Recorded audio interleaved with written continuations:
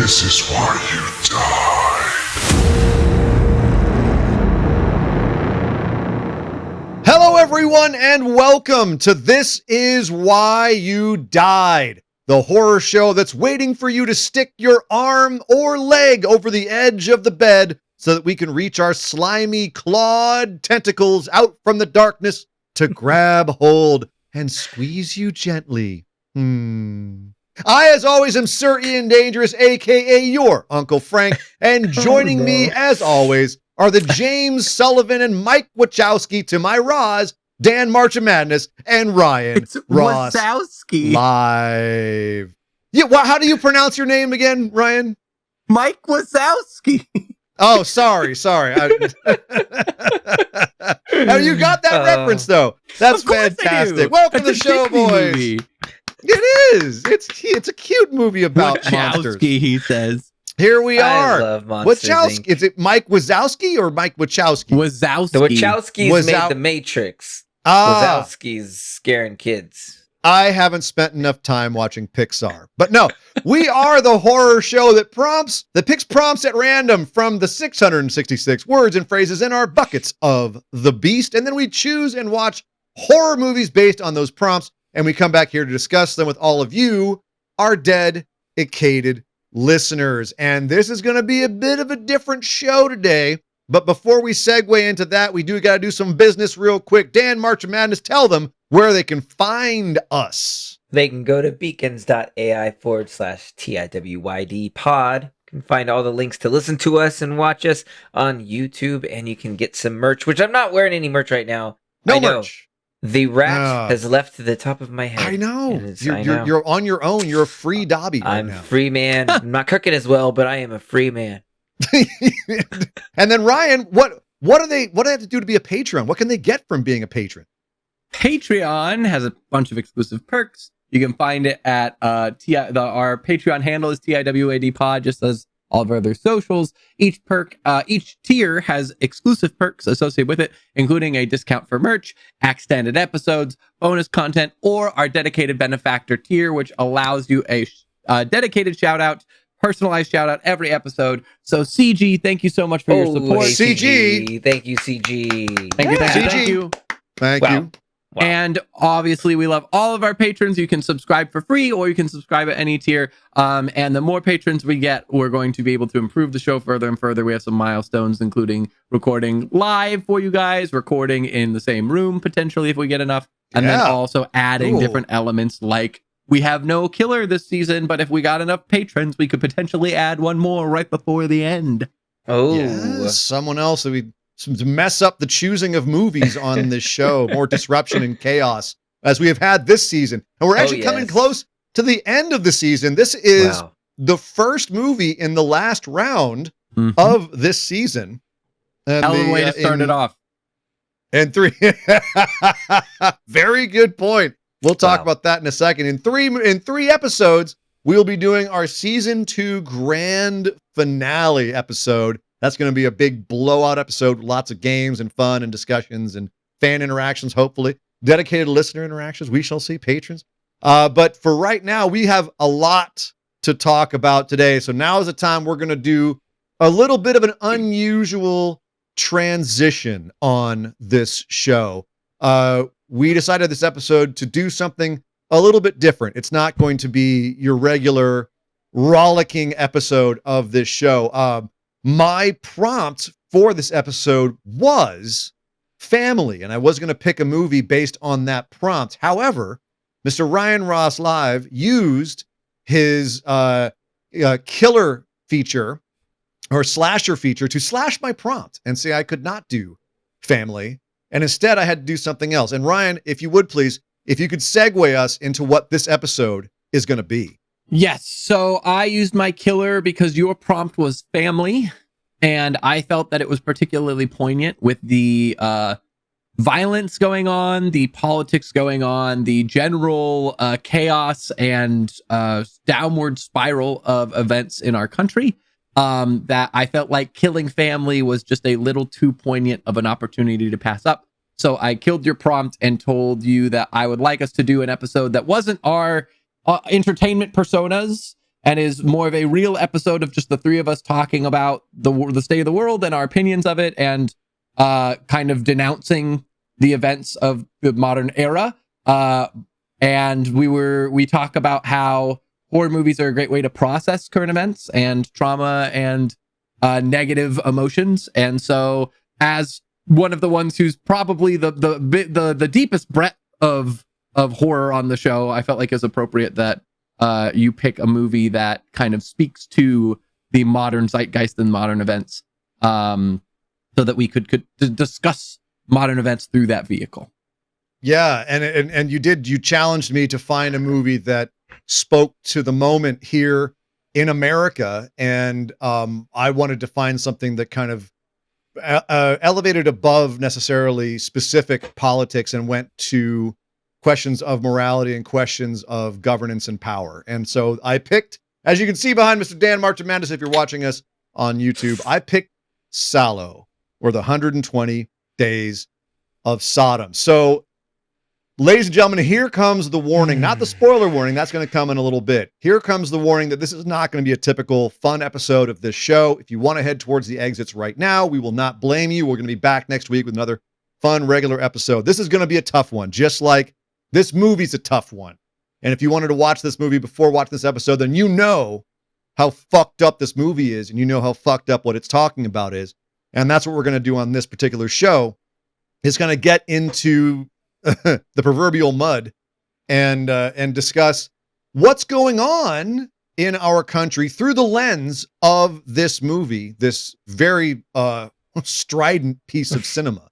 So I guess now is the appropriate time to kind of take off our show hats, if you will, and give the spoiler warning for this movie. I'm not even going to, here's the thing. I'm not even going to do our cute little bam, bam, bam. I'm just going to say it's a spoiler warning. From now on, this ain't the fun, happy, this is why you died. This is, let's fucking talk some serious business here. This is why you died. Let's talk about Salo. Let's talk about oppression and suffering and power. And we're going to try and keep it somewhat light, but it's not going to be fun. And we're going to try and keep it light, but it's going to be, we'll do our best is the best that we can say. I also think, to your point, we want to keep this fairly apolitical. There's obviously going to be, in terms of like party dynamics and all of that, obviously there are going to be topics that touch on some of the specifics that I think are kind of unavoidable, but this isn't a party issue. These events aren't party specific. These events are happening in our country to our people, regardless of which way you vote. And the issues at hand are above that of the party system. And I would even say kind of venture beyond America in some ways, in terms of just global power dynamics and the way that things are unfolding.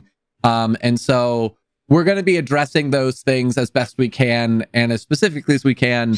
And we don't want it to devolve into any sort of party line debates. And so we're going to try and keep those separate as much as possible. There will probably be a couple things that are unavoidable just based off of the topics at hand. But no, I agree. I have always kind of separated it by saying politics is something that I can debate with somebody. Like, what do we spend our taxes on? Who's paying for the roads? Who gets social assistance? That kind of thing. Those are all things that I can debate with someone over a beer. We've gotten to the point now where things are happening and people are implicated in even bigger picture things that we can't debate on.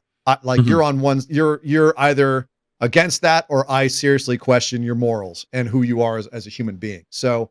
And I think that's where this movie comes in, is we're discussing a movie where we're talking about extreme.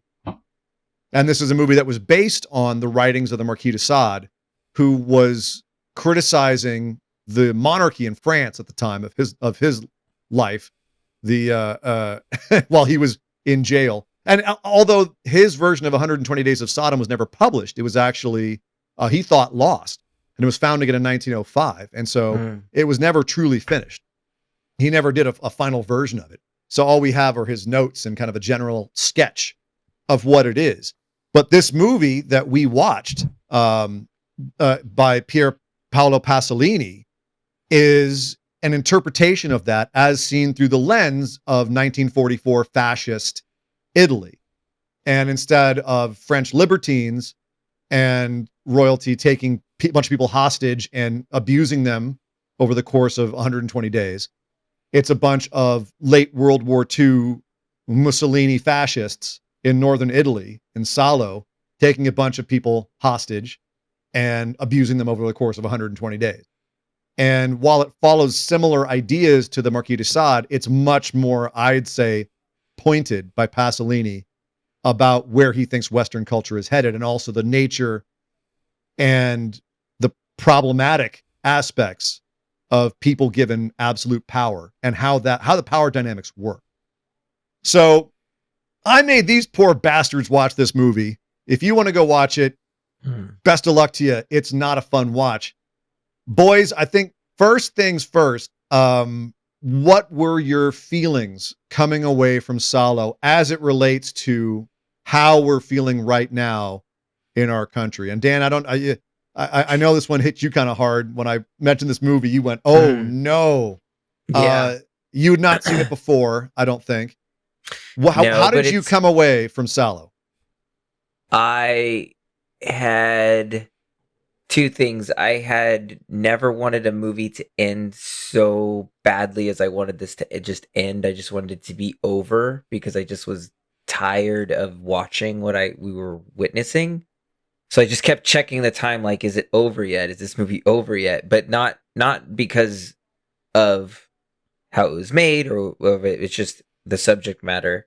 And then two, it honestly felt like we were watching a documentary of not only the first like 20 minutes of where they're rounding up people, but then what the whole movie becomes just feels like what we are witnessing every single day happening in Congress and people being talked about. And it's the Epstein of it all just was mind blowing that, I think I don't know if we talked about it in in like the early episode or like the pre-episode of this, but Ryan hit it on the nail on the head that it was just like, oh man, this movie's bothering me so much that I lost my train of thought. So just go ahead and come back to me because like I am like it was just I think that's a good thing. Yeah. Yeah. Oh no, this is it.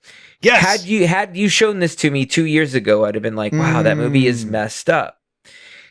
Given to light, what we are seeing coming to light every single day of the people that are running this country and what they've been involved in is like, this movie is just incredibly hitting a nail on the head that it is frightening.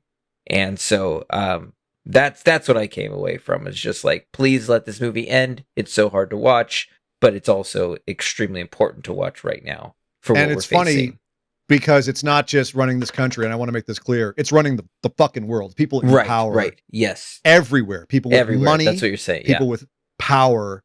This is what, like, this movie is so transgressive, so horrific. You're seeing all this horrible stuff done. Not terribly unrealistic. And it's not even in terms of like a literal, this is what they're doing. It's the intentions behind it. It's why they're doing it. And in this movie, a lot of the libertines that are spending, the entire movie finding different ways and different levels of torture to take it out on their victims. It's discussing and trying to find their rationales or their thought processes, or why would someone want to do this if they're in power?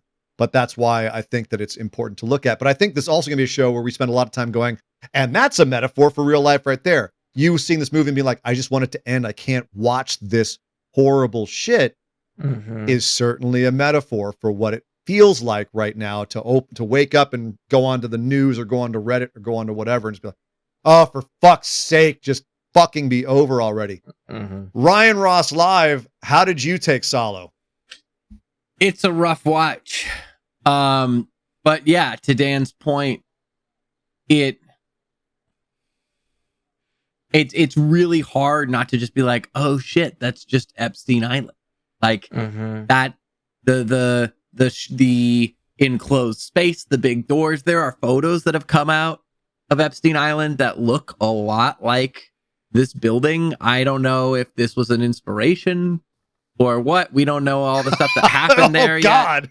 I mean, look, like, we know that a bunch of horrible stuff happened. And like, I went into the movie fairly blind based off of the fact that you had warned us so heavily. I did like a bare minimum of like, I looked up kind of the, like, what I was in for. And one of the things that I thought was really interesting was the fact that this director had come off of a trilogy where he made movies that were praising human life and like Yes. the beauty of life. And then during that process, he got so disenfranchised by the growth of shocking consumerism and capitalism, which I feel like is Americanism. very prominent right now, that he decided to make what he was going to call a trilogy of death. And this was the first installment of that. And it's the only installment he ever got to make. But the fact that this would have seemed ridiculous, and now watching it, you're like, this feels like a playbook. Like most of the stuff in this movie, not all of it, but most of the stuff in this movie, we have some evidence that it actually is close to any sort of reality for like people who fit the description of people who are rich, people who are in power, the Trumps, Bill Gates, all of these different like major power players of the world, the Musks, the like even the Clintons, Clintons. all of these people that have been these public elite. Prince Andrews. I forgot. Yeah, the royal It's family all over the world, man. It's like, and now all these investigations are being launched internationally. And it's interesting because I originally was fired up about the violence angle of it all. And I feel like this movie, to your point, is very much beyond just the violence as much as it is about the larger state of the machine behind the violence, which I think is important to address. But even within the movie itself, we see the murder of one of the men in cold blood straight up, as well as the woman he's sleeping with. And like, that's, I think I'm linking from thing to thing here, because to Dan's point, I'm still processing too. But the fact that in the 90s, right? Well, a lot of this was 90s, early 2000s that we're getting this documentation that a lot of this stuff was happening in fervor. The Epstein stuff. Yeah. The Epstein stuff. Yeah. Which I think is probably the most direct parallel we have to the events of this movie in terms of anything that we have record of, at least. There was a huge meta narrative in society going on of people getting hooked on drugs and disappearing. And that like that was a problem, that like it was people getting hooked on drugs and then vanishing into the night. And how much of that is just like, there are so many people in the world and you could kidnap 1,000 people from across a country, but as long as they are separated from each other, there's no real way to track that. And if you're able to build a prevalent like message of like, oh, well, there's a drug problem, then all of a sudden you have the capability of vanishing people. Well, and above and beyond that is that, you know, you're thinking that it's just like that is one aspect of it, but look in a bigger picture and look at this movie and say people that are capable of building the machinery of a society where you can disappear a bunch of people and no one can do anything about it, which we're getting to that point now. You know, you said this was inspired, watching this movie was inspired by feelings that you had after the ICE incursion in Minnesota. To be specific, and the violence being perpetrated on the streets in that, and how that was, you know, essentially to put no finer point on it, the closest we've seen to Gestapo tactics ever in the United States. The execution of civilians, right? Straight up, because they weren't complying, you know, with orders that given in an open street. That's obviously that's part of this. It's such a minor part of this. Because in this movie, we have the people that are, I think, representative of that kind of action here in the U.S. It's part of a much bigger picture. You have people in this movie that are co-conspirators, that are collaborators. And it's worth noting that they look and are very similarly taken to the victims in this movie. most of whom have very little agency, almost no lines. They're essentially just bodies for the rich, powerful elite in this movie to manipulate and control every function of. You can't even, if you defecate, you can't even wipe yourself without them giving you permission, literally, in this movie. Mm-hmm. And it's also worth noting, Ryan, that to your point, we're seeing all these direct parallels with this movie, but this movie took most of its structure and most of what it's saying from something that was written almost 300 years ago. Mm-hmm. Wow. 250 years ago. This is not a modern phenomenon. Yeah. These are ways that people act when they are in power. This is a human phenomenon. And that's, I think, one of the most poignant things about this movie is when you look at the history of it. This isn't something new. This is how people who have absolute power act. And there are some people who will seek absolute power. And once they get it, if you let them take it, if you let them have it, because part of this movie is about permissiveness, then they will do whatever the fuck they want. Because at a certain point, that's what they desire. They want more, more, more. There's an aspect of escalation in this movie and in the original text, right? This movie is structured, and Pasolini structured it intentionally. He felt like the intention of the Marquis de Sade was to structure this kind of like Dante's Inferno. We're descending into hell. That's why, hence the circles, right? Mm-hmm. You start off with something that's not quite so bad, and things just get worse until you're at the bottom fucking pit of hell. And that's one of the things that you see with the nature of power, is that power must escalate in its desires, and it will always ultimately end in violence if permission is not revoked. And there will come a point beyond which violence is inevitable. And usually that time is before it starts, unfortunately. Yeah. Well, and the other thing is the fact that if you're in a position of absolute power, right? If you're in a position where you have endless funds and endless resources and endless time, essentially, to do, you're not burdened by like responsibilities of regular means, you are able to explore anything that you could want. You can pursue your passions, you can pursue your interests, and at a certain point, you're going to run out of stuff.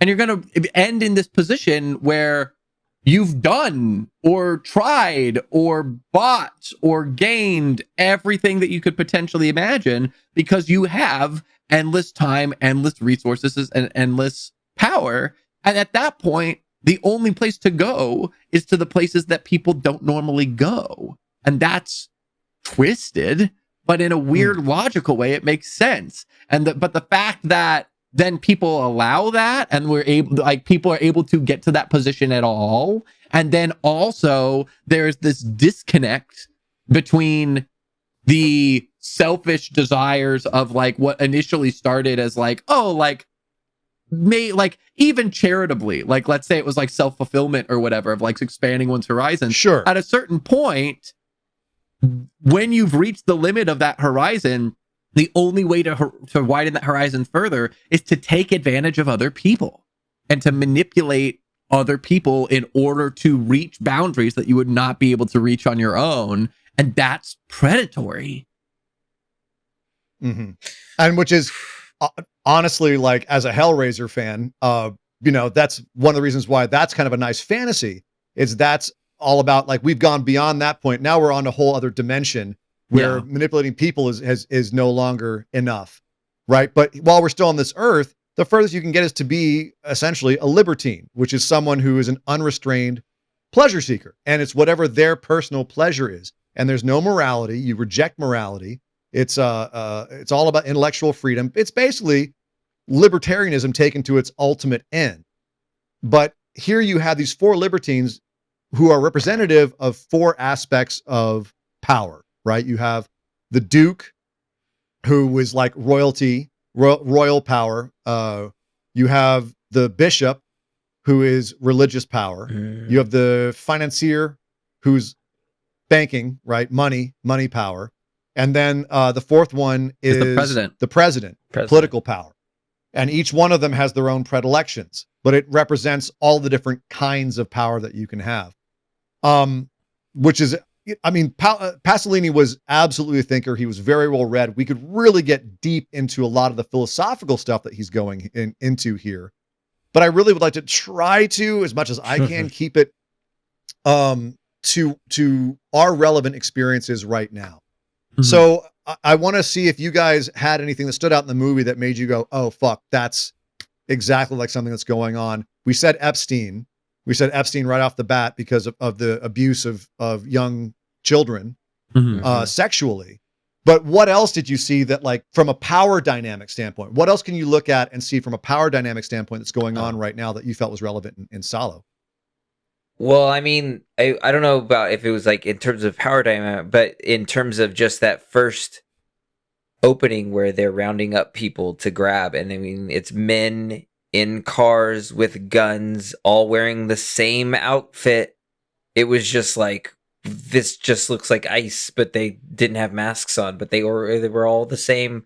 They all had the same tan coat, the black, black, and they were just pulling over people, based off who they were and just taking them, and it was just shocking that I was just like, blew me away, that it just felt so relevant to what was going on. So that immediately, like within the first 5 minutes of this movie, you're just like, okay, when was this movie made? Like, did they shoot this last week? It's just, it's wild. Yeah. If you look at authoritarian regimes, a brown coat's a brown coat's a brown coat. It's they're fairly easy to spot if you do any kind of research. But Ryan, did you see any like power dynamics in this movie that really jumped out to you? I thought that one was the I don't know how, I guess co-conspirators is a good term for it, but I feel like there's something more specific in terms of like all of the women that were also these high powerful individuals that were like the madams, helping run the ring and helping train the victims and the Ghislaine Maxwells of the situation. Although I know that there's some speculation that like she is also potentially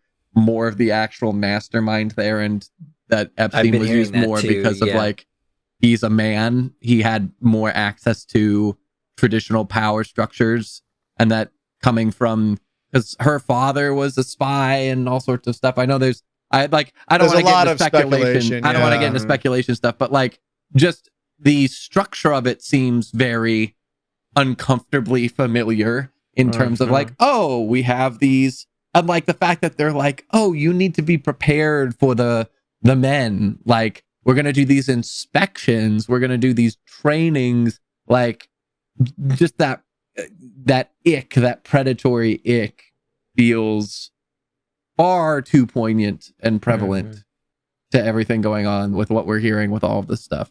Yeah. So and for my part, two power dynamics that I've noticed that jumped out this time. And the first time I watched this movie, I was in college. So that was as long ago from now as World War II was from the time this movie was made, if that puts it into context. You're so the old, first time I saw this movie, fuck you. I am. But but I've seen a lot of shit too. And frankly, pardon the pun in this movie. Yeah.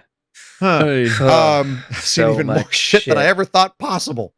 But that being said, like the first time I saw this, I didn't have the reaction that I did this time. I got a lot more out of it because a lot more seemed very relevant. And there was lines and moments that really, really jumped out to me. Lines like, fascists are anarchists naturally once they are masters of the state. In fact, the one true anarchy is that of power. Right? That's when you have no rules. You can do anything that you want. And that's why it's at a certain point, they want to just invert traditions. They play like they're traditionalists, that they want to get back to traditional values, that they want to bring the nation back to a time of supposed greatness. But in reality, what they really want to do is send everyone in that direction while they go the opposite direction and take advantage of all of it. The other moment that is fairly famous is the moment where the Duke forces the young girl to pee on his face. And he's lying there getting peed on. And he kind of hears a story that's being told, because the madams are telling stories the entire time to try to get them all riled up for their business. And he says, the limitation of love is that you need an accomplice. Mm. And the friend that you're talking about knew well that the refinement of a libertine lies in being at once executioner and victim. And that I thought was extremely poignant, because right now we have this gigantic culture of victimhood where people feel like they're being taken advantage of and they are somehow being disenfranchised, and they're being told that by the state.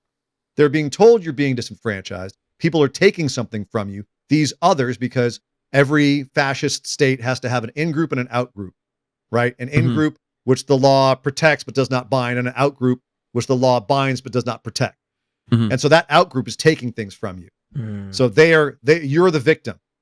But for these people in power, right, there is a somewhat sadistic pleasure in being masochistic and being, oh God, poor me, I'm being peed on. Pee on me, this is turning me on, right? There's an excitement to that. And so that scene I thought was extremely poignant right now, because I felt like that spoke to a major power dynamic and also manipulation that's going on that we're seeing a lot of. I'm seeing a lot of. And I don't know if that spoke the same way to you guys, but that was something that I saw. I almost feel like there's this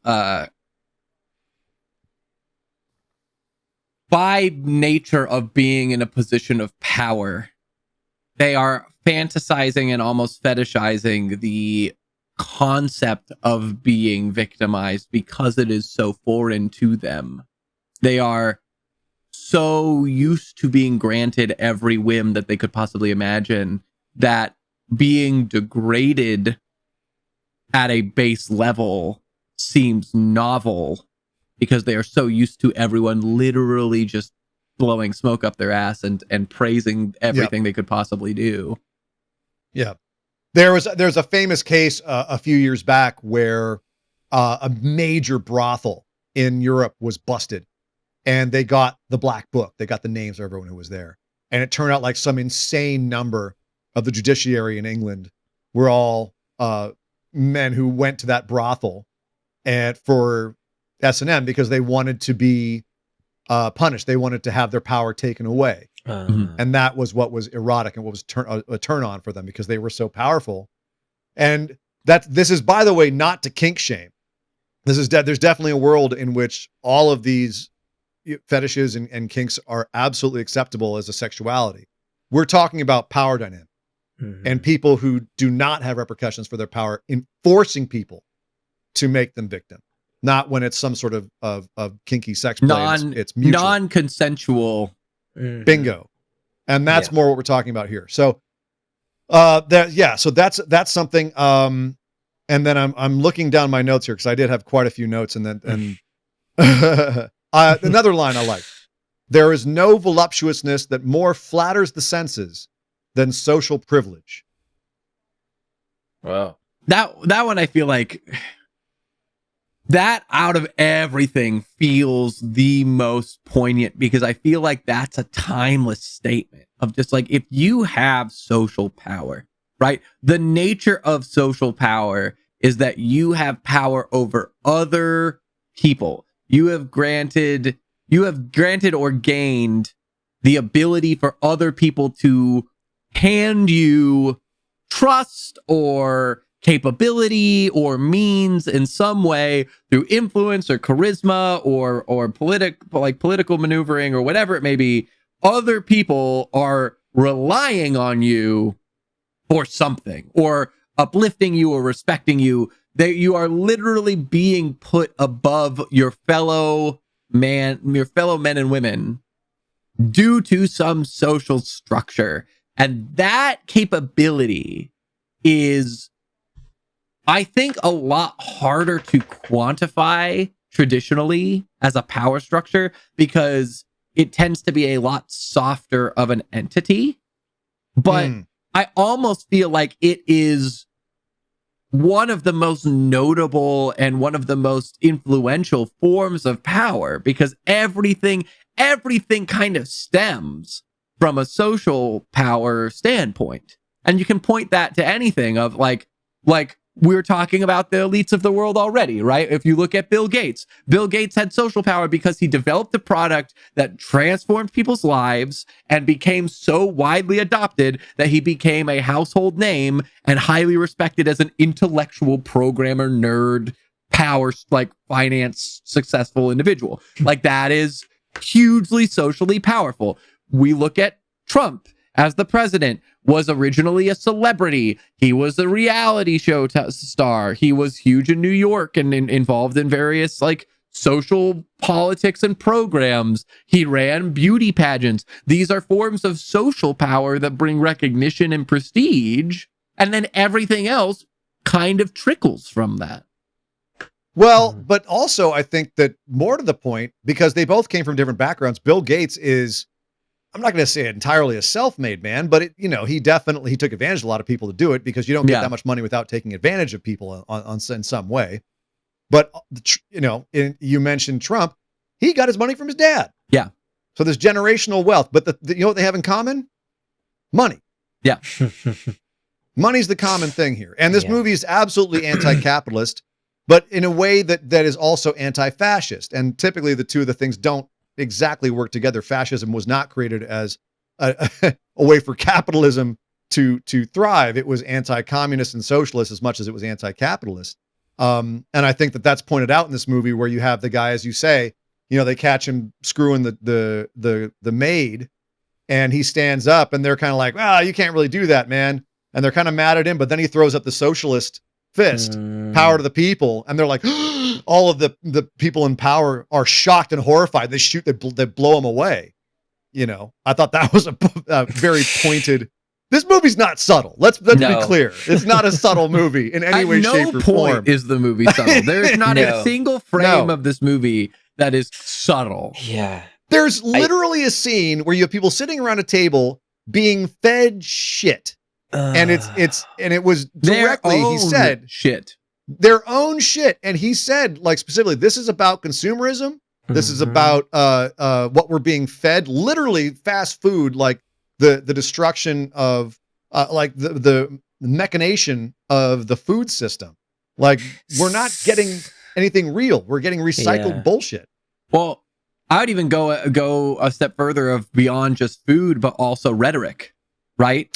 Of how these messages are spread and how these messages proliferate is we're able to establish a this is the meal of the day. Go and spread the word, spread the gospel. It was definitely not something that was even on his radar in the 70s, but this could be reinterpreted or relooked at as something to do with social media. Right. And that's completely a wild interpretation, because he said it's strictly about food. But the power of the press was still, I think, very prevalent coming out of World War II. It was newspapers at the time, and like news stories that were controlled and filtered. But I do think that rhetoric is still a strong aspect of this. And to your point, he wouldn't have known what social media was, but he would have known how these kind of this news spreads, and the party line is towed of like, if this is what the party serves, this is what everyone eats. Right.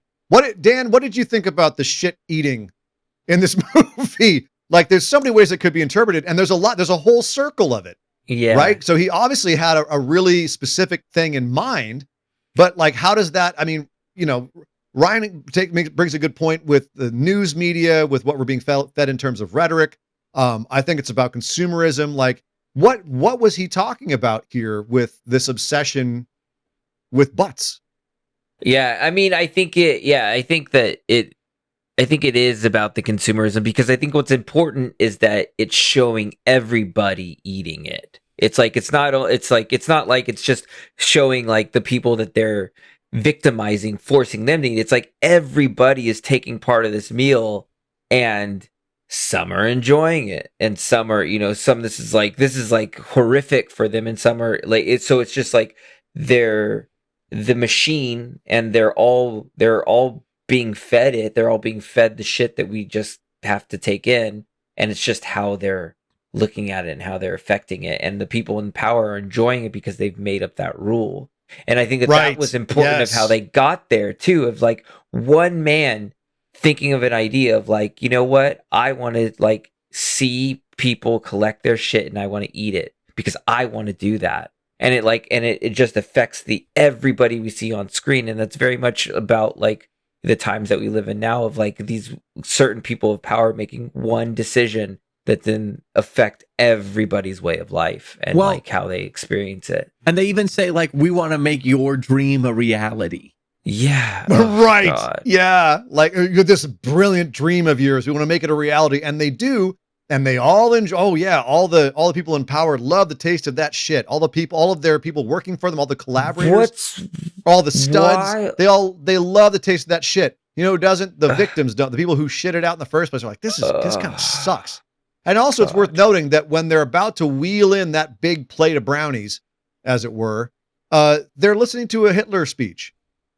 Listen to Hitler talk, and they're rapturously listening to it, and then in they wheel this big pile of shit. They're almost. I mean, Let's eat to me, it almost felt like they almost seemed like they were having like eargasms, basically. They were they were in such sensual pleasure of what they're about to do, mixed with Hitler's voice. It was just, so that Ryan, that speaks to terrifying. your idea that it could be propaganda.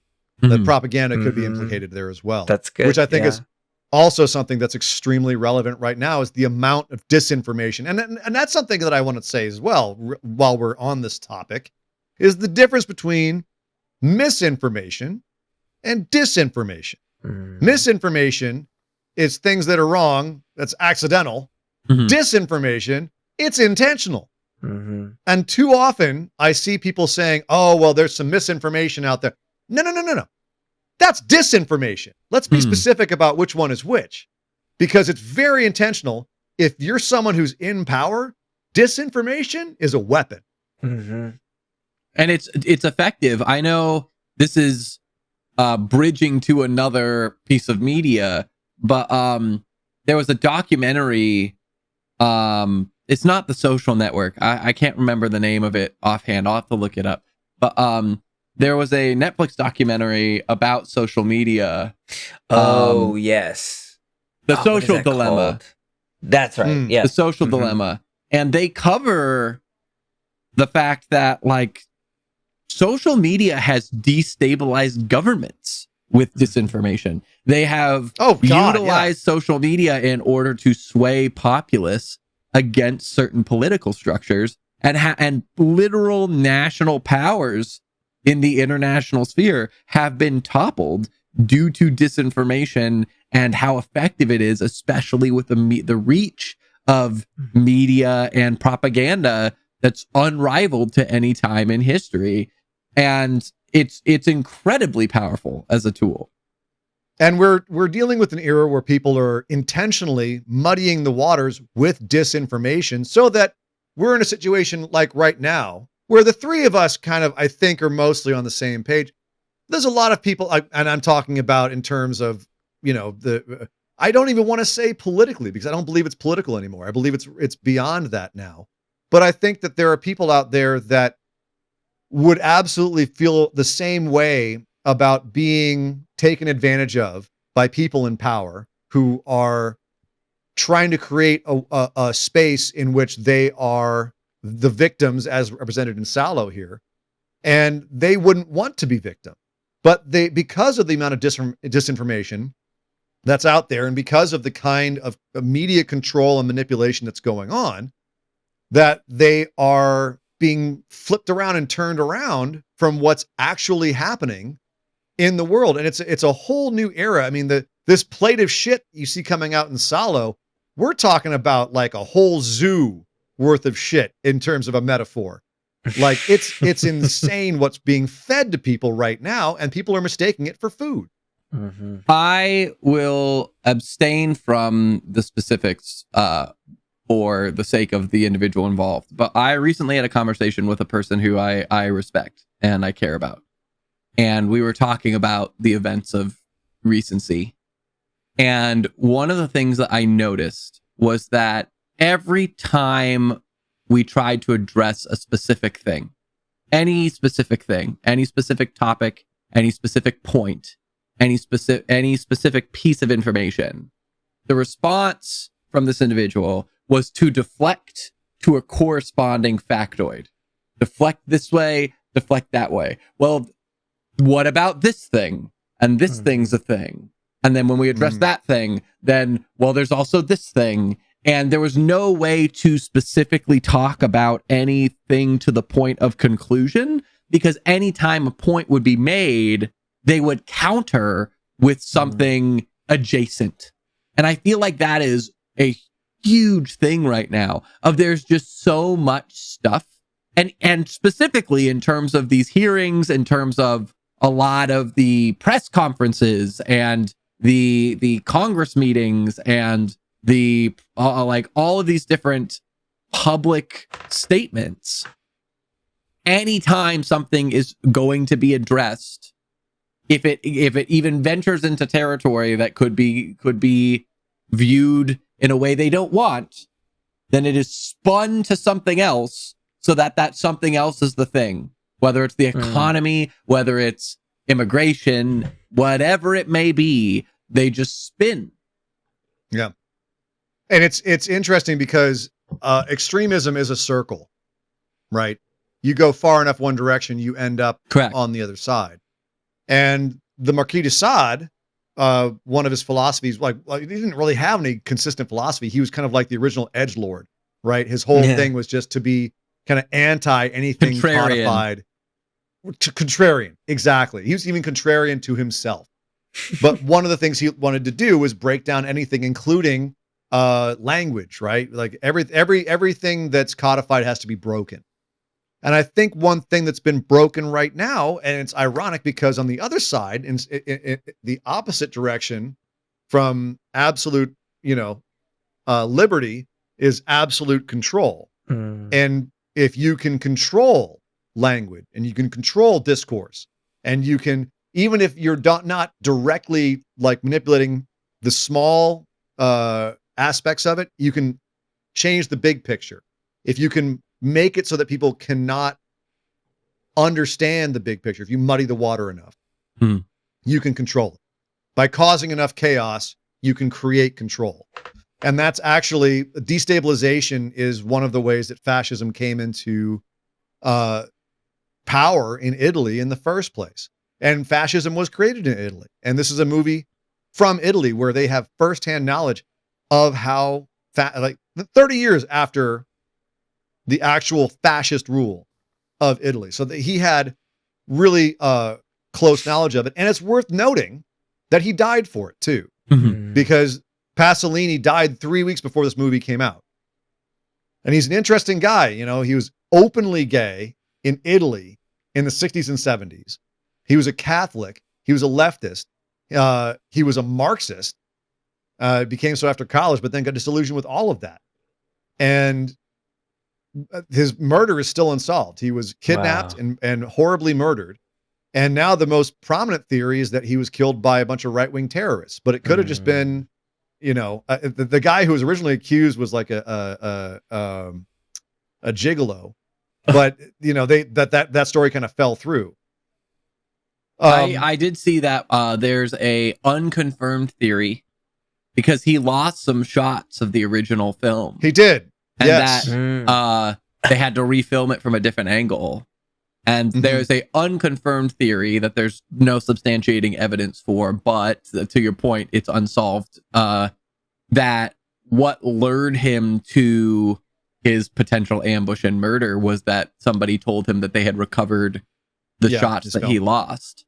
Yeah, and this isn't the original ending that he had. The ending to Salo in this version, he wanted to have a dance.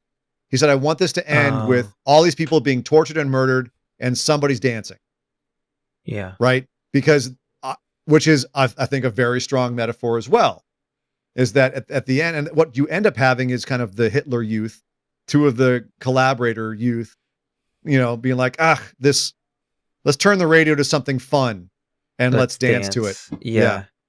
That's, I thought that was, that you say that it feels very poignant today because it almost feels like that's how we're forced to even just be, is like even simply scrolling on your phone, you just see something horrific you see angles of someone being murdered, and then all of a sudden it's like, and then you gotta buy this new book thing that we just got, like, Bury your head in the gotta sand. buy this TikTok shop, and it's just wild to just like sift your brain back and forth like that, so quickly, and that's kind of what we're facing every day. It's something that they don't tell you in history class is while the war goes on, life goes on, right? Like there's still normal things happen every day in, day out, while bad things happen. And I think that in an era where we have so many distractions and so many things to kind of take little flashy things to take our attention, it's very easy to lose the plot, to lose focus. Bread and circuses. And I also think, to your point, it's been stated before, a bunch of times that many of the German people did not think that the concentration camps actually existed because their day-to-day lives were just normal. They were just living their life, and how could that possibly be occurring at the same time? And I think that is even more prevalent nowadays in the United States, because the United States is enormous. It is such a gigantic country compared to any other major country other than Russia and stuff, which, to be fair, authoritarian. China, authoritarian. Like, the grand majority of democratized modern powers are a lot smaller in landmass than the United States. And so the amount of events happening in the United States at any given point is extreme compared to that of a normal country. And so if Germany, of all places, was like, this can't be happening, and it was, the equivalent of here to Las Vegas, and then in the meantime, we in Los Angeles have stuff happening in Florida with alligator Alcatraz and all of this stuff. Like, there's absolutely people who are like, that's not real. That's the media. It's being spun, or these things aren't happening, because there's no direct evidence. And that's made worse. I don't want to go down too much of a rabbit hole, but like, there's the AI of it all. And there's a lot of noise that makes it very difficult to ascertain what's true and what's not. And that's the point. It would probably, exactly, muddy the waters. And precisely, I think that it would disturb you to know that there's actually one up in California City right now. And this is the thing, is there's so much out there that little factoids can slip by, even if you're paying attention, right? And that's one reason why, like, I would, I recommend that anybody, even if, someone wants to sit there and say, well, factoid, and not want to hear, like, it's worth still trying to discuss with people. Yeah. It's worth still trying to, like, even though on this show, we're kind of in a little bubble here and we're all on the same page, I think that just even us discussing this, it has value, because I think people need to be thinking about elements of this. Even if you're not like in agreement in a big picture sense, like, just think about elements of this. Think about the fact that this movie, Salo, if you watch it, this came from a story from 250 years ago discussing how people in power act. And then it was remade in the 70s with recent events in mind in that country about how people in power act. And now we're watching it for this show. And we thought about it for this show, and we all watched it. It wasn't just me suggesting it. We all watched it and came away going, yep, this is how people in power act. Crazy. And so you think about that, and this is not political lines. This is nothing else. This is, if people are in a certain level of power and they gain enough ability to act autonomously, whether through money, whether through social status, this is the end result. This is what power does. And honestly, I feel like we can go as far as to say, like, these are evil things. These are not. Absolutely. These are not like, there's quickly. How do you define evil then? What is the definition of evil? That's a good question. And I feel like I've never really had to define it before. But if I were to define it on the spot, I think that in order to understand evil, you have to understand good. And in order to, I think that what is good is what is beneficial for as many people as possible. I think what's good is caring, generosity, empathy, like your fellow man, like the concept of society, right? The entire concept of society is that we as a group create a structure so that we can all function autonomously, but if somebody needs help, there is a support structure in place to help catch people who fall through the cracks, and that there are resources available when people need them so that nobody is left alone. That is what the concept of society is. And so, like, what is good to me as an individual is what brings forth the betterment of oneself and those around you. And like the people within your sphere of influence, however big or small that sphere of influence would be. And so in contrast, I would say evil is what is anything that detracts from the betterment of people around you in favor of betterment of oneself. What is selfish? What is greed? What is manipulating, lying, anything that lowers those around you by intention and by like active effort in order to selfishly propel oneself forward at the cost of other people, whether that is violent or not. Dan, any addition to that? Anything that you feel about? Did Ryan miss anything there?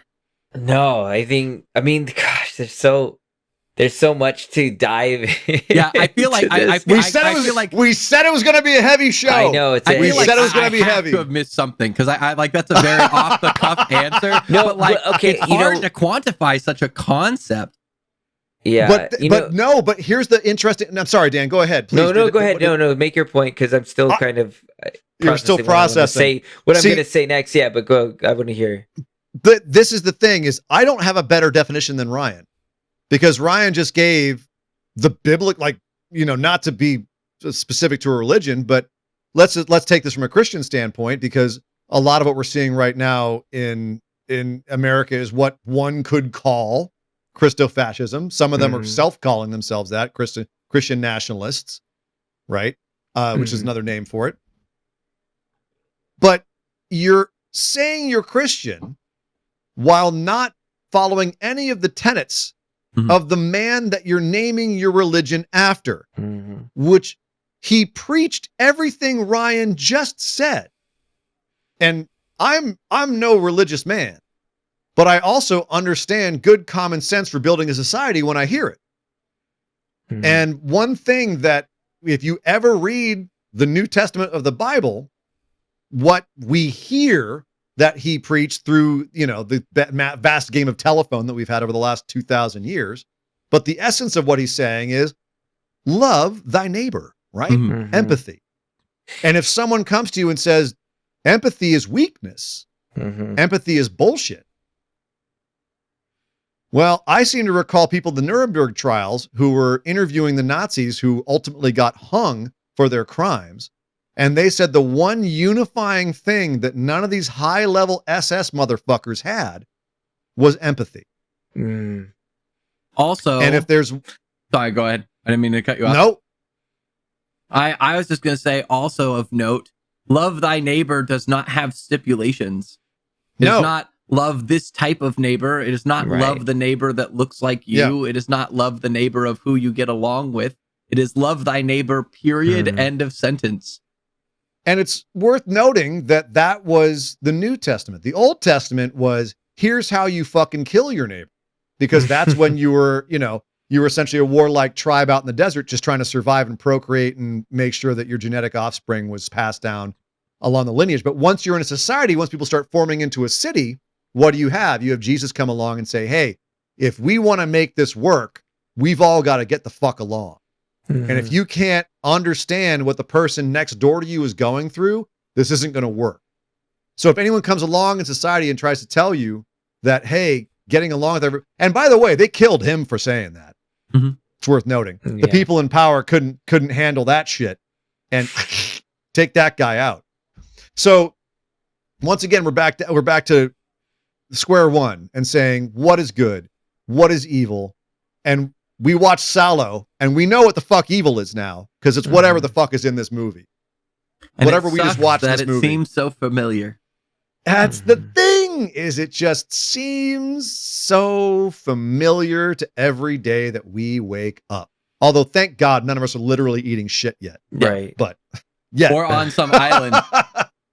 Or on some island. What I found interesting too, I'm too old anyway.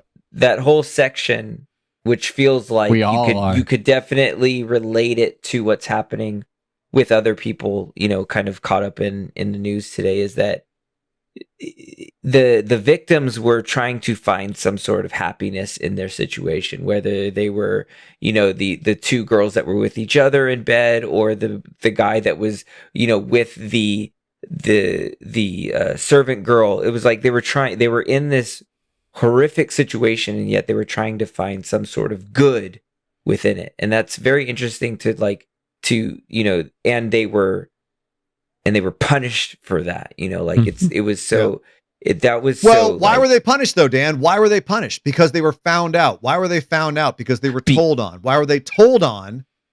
Because these victims were all saving their own skins instead of unifying, instead of finding a common ground and saying, this one guy with a gun coming in here to abuse us, but we're all going to eat ourselves. We're all going to fight amongst ourselves so this guy in power can choose who lives and who dies. And by the time that they all end up in the bucket of shit screaming for God, it's far too fucking late. Yeah. Ironically, we started this episode with Pixar, and it sounds like Pixar is going to come back. Let's do it. Bugs Are they Life. coming out with Bugs Life? Bugs Life. Oh, yeah. Bugs Life a very core much message. The great modern anti-fascist movie. Of if the grasshoppers have a whole speech of what will one ant do, and the ants outnumber us 10-1, and if they ever figure that out, that ends our way of life. Yep.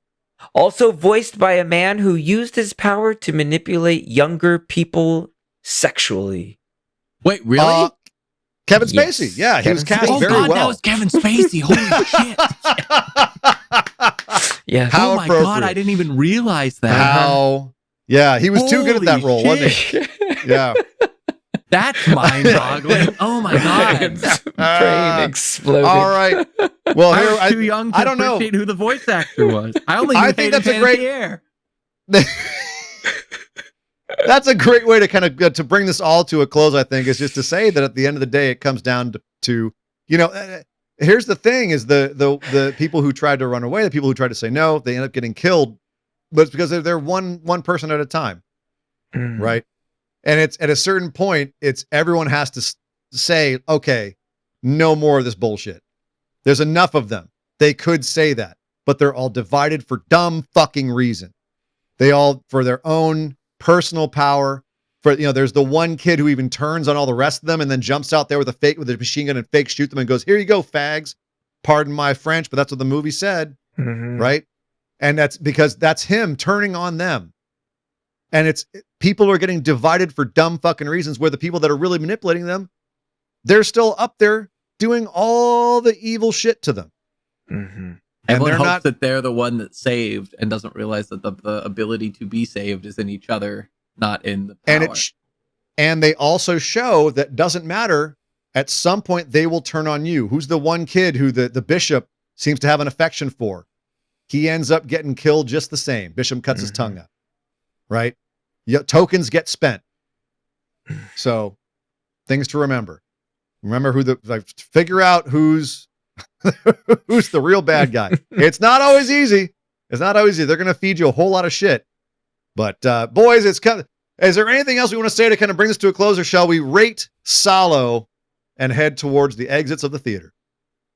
Rest in peace to those who are no longer with us. Yeah. Those who have fallen to this system. And that is all over the world too. Everyone who's been abused and taken advantage of. All right. Here's hoping that we're getting to the point where we are finding I'm hesitantly hopeful that we are unearthing enough of this that maybe we can root all of this out. And who knows, it might come back. Humans are humans, and power is power. But here's hoping that we are reaching a point in which we might be able to enact real change and see a better other side of whatever this is that we're going through. And if not, God help us all. Well, I think it's worth noting again that this is something that this movie, the story, not new. This is a constant fight. The constant fight against people who want to take advantage of it. I know one of the alternate endings was them insatiably just walking out of the house, just the four men, and implying that it was just, and now that's over, and we'll see what happens next. On to the next thing. We've killed them all. We've got we got nothing more to do here. We're done. Just like us. We're done as well. We're heading towards the exit of this show. Boys, it's time to give our Scully Awards for Salo. I know that, most of the show we haven't really done the show things, but I do want to at least rate this movie. We gotta have some semblance of structure. Ryan, I can't deprive you of your stats, so we've got to rate this movie. That's what I'm saying, man. We've got to get our stats. Ball on that sword. We didn't do a Guy Woodhouse award because really we know who we're saying fuck that guy to. It's everybody but the victims. Even some of the victims, fuck them for turning on them. The fascists. Fuck the fascists. Fuck the fascists. Can we say that? I'm serious. If you identify as a fascist, fuck you. Fuck fascists. Why are you listening to this show? Wrong show. Go somewhere else. We don't want you here, fascists. We don't want you, fascists. It's it's so funny. Someone who's raised watching Young Ones, but we don't want fascists. Well, no, I think we can safely say that we don't want the fascist demographic on this show. We didn't give it "This Is Why You Died" because there's really nothing funny about any of the deaths in this movie. We can't have fun with that. So we're just going to go straight for the Scullys. I picked this movie. Sorry, boys. I picked this movie, but it needed to be done. It needed to be done. I give Salo. I mean, I wish I could give this a higher score. The only reason I don't is because I think that too often it is kind of beholden to its source text, and it just devolves into prurience when it could be saying so much more by being incisive. But I feel like it gives into the pornography of power structures too often, and that metaphor of sexual violence as it relates to power dynamics, I think gets old at a certain point, and I feel like they could have found more interesting dynamics to it that would have been more incisive. And also, the structure of the notes for the Marquis de Sade's works, where it was storytellers and all these stories, which really are not as poignant as the bigger picture going on. Like what these madams did in their youth and all of their depravity is kind of not really that interesting because the bigger picture going on. But that being said, the movie is still extremely important. It's very well thought out. It's very well conceptualized. It's fucking horrific. It's incredible what this guy was brave enough to put on film. And by the way, I want to make you guys maybe take something off your conscience. The filming of this movie, by all accounts, was a blast. They were having a fun time with it. Everyone was messing around and playing pranks, except for the one guy who had a gun put to his head, and he apparently needed a hug after that scene. Oh my gosh. Well, you can see, I wanted to note this too, is that the scene during the first wedding, there's so many weddings that take place in this movie, but in the first wedding, when the guy interrupts it to kiss and make out with, and they grope everybody, there's a couple people that turn around because they're cracking up. And so it's like, there was that moment where I was like, okay, it helped me at least mentally break from it for a moment and be like, okay, these are actors making this movie. They weren't even actors. They were a lot of them were picked because they were models and they were cool with being nude all the time. Oh, okay. Well, but they were laughing. You could see them laughing. They had to turn away from the camera because they were breaking. Basically, they were doing an SNL break. Sophomoric. Yeah. Well, yeah. Right. It kind of worked ultimately, but it was it is kind of a relief to think when you're watching just how fucked up this movie is, that when a lot of these actors saw the movie, they were like, Jesus Christ, I had no idea we were making a movie that dark. So that, and also knowing that the shit is really, biscuits and chocolate is kind of a relief as well. But at the same time, it is a deeply, deeply disturbing, fucked up, intense movie that is insanely prescient and insanely provocative and so relevant for right now. And I don't want to give it too high of a rating because of those issues that I had with it, but I want to give it a 9, but I might have to push it up because it needs to be seen. 9.5 for me for Salo. Real quick, Massively what was the word movie. you said? Prurient? Prurience. What is Prurience. prurience? Obsession with sex. Okay. Oh, Being wow. of a sexual nature. Thank you for clarifying. There you go. I was like, sorry about I was that. like holding on to that one. I was like, I don't know that word. I need to check it. Wait, what now? It's really sex obsessed. It's very much of It like is. there's lots of sexual stuff going on with it, and I think that metaphor runs its course fairly quickly. I think that there's definitely an aspect of it that is very poignant. I mean, we're all getting What do you fucked, mean? right? Poignant? Right. We don't have a bunch of documents that are poignant like that. What do you mean? But I think that that's what I'm saying is I think that it's I get it. Like, yes, it is very relevant. But I'm sorry, Ryan, what Scully rating do you give to Salo? So this one's tough. Yeah. And I'm going to be honest. I think that I'm kind of torn because I was going to come in at a 7. I think it is higher than a 7 because I think the fact that it is in some ways fucking prophetic to what we have found out about these things, which is wild. But I also think outside of it being prophetic, outside of the fact that we've uncovered these things, had we not known that a lot of these things were true or real, I think that the issue I have is the entire movie is very uncomfortable to watch, which it should be, but it doesn't necessarily do as well of a job as I'd like it to in terms of making a point about that discomfort. It has you sit in it the whole movie, and then the movie just kind of ends. And I recognize that, to his point, he thought that the ending of them just leaving was a little too artsy. He made like a pithy quote about how it played to a certain audience or whatever. He's not making a Spielberg ending to this one. Yeah. And like, I don't think that it should make light of any of these things, but it doesn't really, it on the one hand allows its viewers to kind of establish a point to all of it. But there is a argument to be made that you basically watch a 2-hour torture film of all these terrible things, and then the movie ends and you've watched 2 hours of torture and you are left to your own conclusions of that. And I kind of wish that it took a stronger stance than just here's what you're looking at. I don't think that it shies away. Let's dance. Yes, but to your point, he had a more established dance that was going to be a different ending, and he felt it was too chaotic. It was going to be a larger room. He didn't want to make too big of a point of it. Correct. And I appreciate that reserve. I agree, but also to have it be 2 of the accomplices, whereas all of the actual members of power just are continuing to. I think ultimately that's a point right there. I agree.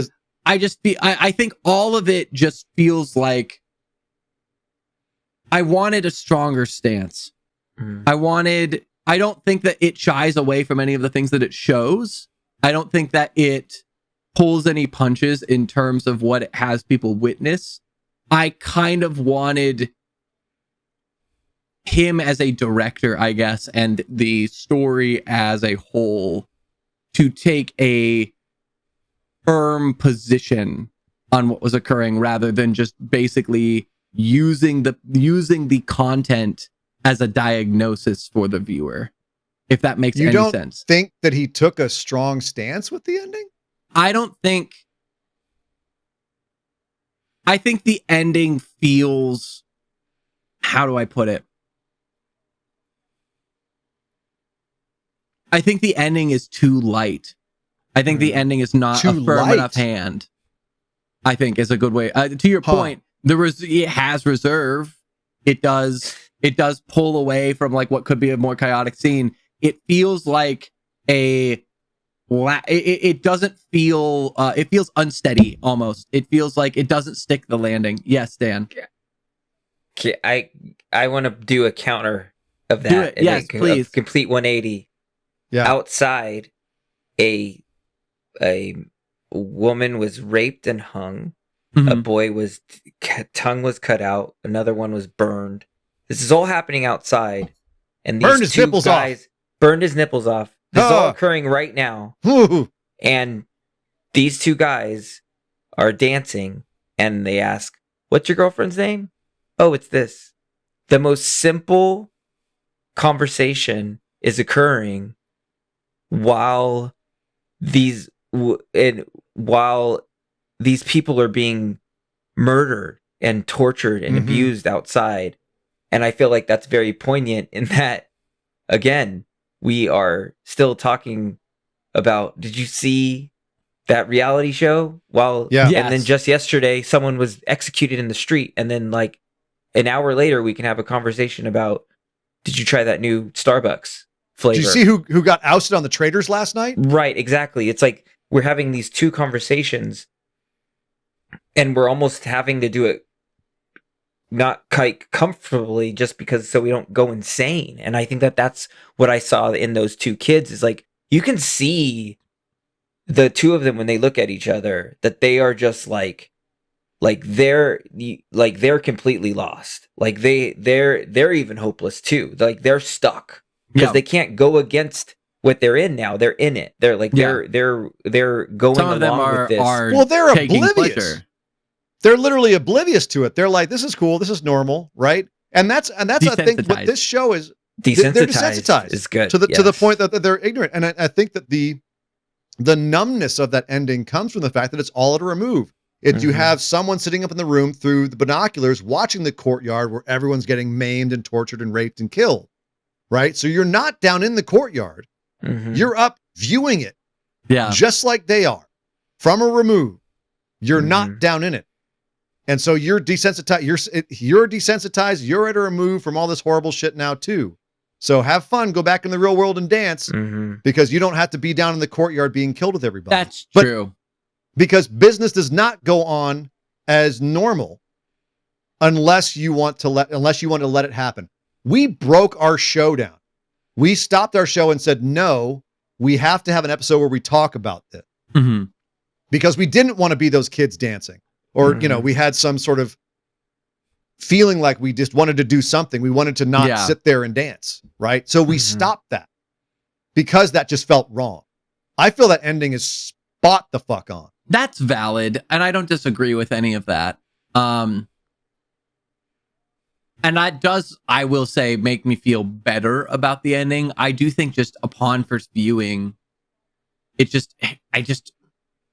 felt just so open, I guess, in terms of like what all of the things that you've just witnessed. And then it just ends. Yeah. And it just leaves you with that. And I do think that that's effective, but I just... What we live in, unfortunately. That's true. And this is the thing. We wanted to... This is the thing that you asked, Ryan, on the last show was, give me a movie that will help me process what's going on right now. Yeah. Horror movies help us process horror. Horror movies help us take these difficult concepts, put them in our brain, and then we can kind of work them around and see relativity between our day-to-day lives and find some way to deal with that in a safe space and then take it into the real world. Here it is. That's exactly what this, and us talking about this and trying to figure out, like, what do we do? What do we do in a situation like this? How do we feel better? Do we talk about it on our show? How do we take it into the real world? This is that. This is doing that. That's why I rate this movie so high, is because it absolutely takes you there. It absolutely gives you that. It has all those points, even the ending.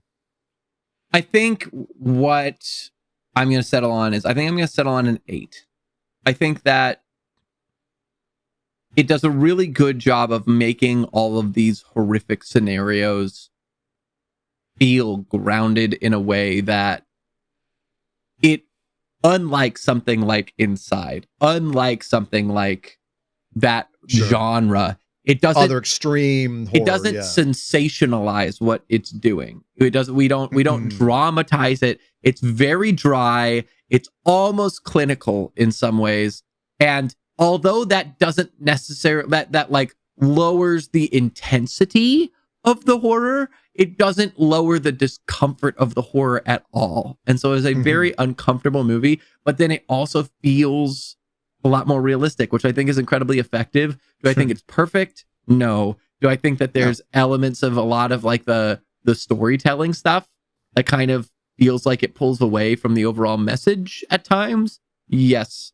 But it's poignant as fuck. It's prophetic. It's wildly uncomfortable. And it does a really good job. And it's really uncomfortable to watch a movie made about post-Nazi Italy feel like it's talking about everything going on right now in a lot of ways. And that is a uncomfortable reality, but I'm going to stick with an 8. All right, and fair enough. And like I said, I would have given it a 9 2 days ago, just based on my memories of the last 2 times I saw it. And I played it in the bar a few times too, but like sat down and watched it twice. Yeah. Well, but if you just had images of something in the background, it wouldn't do much. There's some of it that would do some stuff.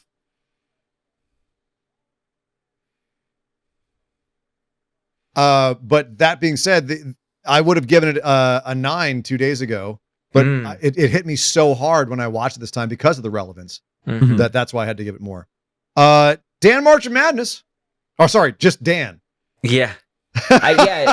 Honestly, I said it earlier in this episode, but watching this movie a few years ago, I would have given it a much lower score. It would have just been like, I don't know if I would have seen all that it was trying to say. I would have just been distracted by just like how horrific the images were. And so I would have been kind of focused on that. But now that we live in the world that we do, where the Epstein files are everywhere and that we're hearing what was going on, is almost mirrors some of the things that were even put forth in this movie. And that's horrific that's occurring, that like, I think this is a movie that does need to be seen. I was surprised that it is shot so well. Like there were scenes where I was like, this is incredible. And then I had to be like, and there's just raping happening all over the screen, but it's like, it's well composed, and the things that they did, in terms of just looking at it in a movie of itself, it is very, drawn out. I think that there's some pacing issues. Like it does feel just a bit too long. I don't know if that's the point. I think that they could have been a little bit shorter, if I'm just talking in terms of just like filmmaking aspect. But I'm gonna stick with Ryan too. I'll go with an 8 on this. It's just I think I don't want to allow, like, I don't want to say that like the difficulty of watching is knocking it down a peg, but it is very hard to get through. It's a hard movie to watch. It's a long 2 hours. It is a long 2 hours. Like, again, I wanted it to end every couple minutes. I was looking at, like, checking the time. Okay, I got 40 minutes to go. Okay, I got 30 minutes to go. And that's just because of what, they're putting you through. And I don't know if you've seen Inglourious Basterds, Ryan. Ian, I'm sure you've seen it. But I really wanted an Inglourious Basterds sort of cathartic ending of just like, just shoot up Hitler. Let's just kill everybody. Like, I really wanted that sort of ending, and you don't get that here because it's not that movie, And it's one reason why I think that Inglourious Basterds is hideously overrated, is because it has that fantasy fucking ending. That's not that's not how shit works. Like, great in a comic book movie, but don't pretend to be some sort of, World War II movie and have. And that Inglourious Basterds is a great movie with a lot of great scenes in it, but it blows it all with the ending because it devolves into fantasy, right? Any rate, that's neither here nor there. I'm disappointed you guys didn't rate it higher, because I do think it's a very important movie and very well made movie. But at the same time, important. I'm just glad that you guys watched it and it was relevant. It fulfilled the docket that Ryan set forth. And everybody who's listening to us right now, if you're still listening to us, thank you so much for making it through to this point. It's been we wanted to do a show that was that got a lot of stuff off of our chests, but not be a polemic. And Right. I hope that we, because this movie's a polemic, but I hope that we had some sort of appreciably rational discussion about all of these topics. Let us know what you think, man. Hit us up. Well, Dan, where can they find us so they can hit us up and let us know You what they can thought? go to beacons.ai/TIWYD pods where you can get all the links to listen to us. You can watch us on our YouTube channel and you can go shop on our store and buy our merch. Yeah, dude, it's crazy to say that now, but this is still a show. Right. We got to do some business. Ryan, tell them really quick about our Patreon that I got to pick a prompt and we're going to go home and let everyone come You back don't next get week to and pick enjoy a a more prompt. fun show. Oh my God, I don't. We're at You the don't get to last pick a round. prompt. We're at the last round. No, You're and out. I get to No. announce the next. Oh my That's God. You're out. Oh, you're God. done. You're out of prompts. Oh, But I to answer your spent it. I question- spent it all on Salo. Spent it all. Honestly, that's very much in line with you. But to answer your question, we have a Patreon. You can find it at TIWID Pod, just like our other socials. It has a bunch of cool perks. You get discount on merch, you get bonus content, you get extended episodes, or you can get a dedicated shout out every episode at our highest tier, like our lovely CG. Thank you so much, CG. CG. CG. If anyone's still listening at this point who has not, like, this is your first episode listening to us and you're still here now, thank you so much. We're not normally like You this. I picked an swear. episode to Yeah, start. check out You another picked episode too. Like you we picked have a lot more fun. Pick a normal episode. Yeah. This was not a Woo! normal episode. No. This Ooh, was a no. special episode. Special. Yeah. Yeah. It's very special. Yeah. Very, very. We don't normally do Italian art horror. It's just Italian That's horror. not quite normally. true. We do normal Italian horror. Like Fulci. Jesus But Christ. but yes, Our Dan, hats are you slowly need to coming back on. We can I feel know, them. come on, let's go. Oh, let's get back to let's stand up out of these piles of Breathe. shit. Yes. Piles of shit. Let's climb up Yeah, off of the you know what's so funny now that out we're of the trying to get into courtyard. funny territory. Don't hate me, but Oh, I God. think a funny Oh, meme, no. Oh, a funny no. meme is you wheel in the shit, and then you cut to Ian Malcolm from Jurassic Park, and he says, "That's one big pile of shit." Fucking God damn it, Dan. I think That's it's not funny. bad. I think it's funny. God damn That's it, good. Dan. I that's think it could be good. good. That's fuck. I That's think you could yeah. do it. Oh That's- my God. I that's think one it's huge pile of funny. shit. I think Yep. it's funny. That's funny. All I right. said it. Coming to socials near you soon. Oh no, Dan! While you're busy This could be making a jokes, tough you also got to be episode telling through us socials. I got yeah. what the fuck. My What the prompt fuck are we was- watching? My prompt was gray, and Yes. I was going a completely different direction. I really was. I had a totally different movie in mind. I was ready to go. I was ready to announce it, and then Ryan threw this curveball of this episode, and he mentioned a movie No. that I think fits it because isn't an Iron Lung gray? Wait. So Oh. I think You're we gonna should let be me? watching Iron Lung next. Yeah, You just beautiful made man. look you at that. just made Ryan's beautiful week. man. Yeah. I Hey, was we- saving I mean, it for look, that. Look, this guy, YouTubers, you can't deny are making waves, and this guy he had the #1 movie, self-funded. This guy's wrote, directed it. We got to talk about And he's this. such a Guy's good making waves in the human. horror. So let's do it. Let's do it. Oh. Markiplier What- is one what- of the reasons I got into content creation, guys. He's the Was- him and Jacksepticeye Oh, are the wow. reasons I started Wow. streaming. I would not have my current job if it weren't for Mark and Jack. Well, there you So- go. Look how important all that right. is. So what I'm seeing here is Ryan being lifted back up There out we of go. the pit of Salo. So And that we can into go the into Iron a Lung. sea of blood. Yeah.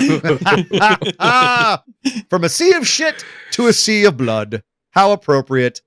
Oh, great my God. call, I don't Dan. even know All what right. that means because you know what? I have purposefully not looked at what this movie's about. I kind of want to go in as blind as possible, just so I know, just because I want to know I just want to experience it firsthand. So I haven't looked Okay. up much, but I'm ready to see some oceans of blood or whatever you just said. Yeah.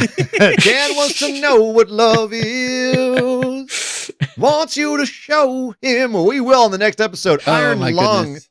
And we just made Ryan so happy, which he I'm really so needed after this pumped. episode, I man. thought it was gone. I thought we weren't gonna have a chance. And you know what's funny is that I had this whole plan. I was gonna because it was gonna be really prevalent, and then we had to delay it because it was like now it's not as prevalent because we had to bump in a statement episode, and now we still get to do it anyway. There we go. Yay! All right, so Might we're be a looking at little this. late, but we're gonna do it. This- Let's go. We Dan, I had love our you so much. darkest episode in our history, and we're ending it on an up note. That's beautiful. That's lovely and very appropriate. See, there is a light at the There end we go. of the tunnel. So everybody, thank you so much for getting to this point in the show. We appreciate you very much. All of you out there, our dedicated listeners. We love you. Be safe, be well, take care of each other.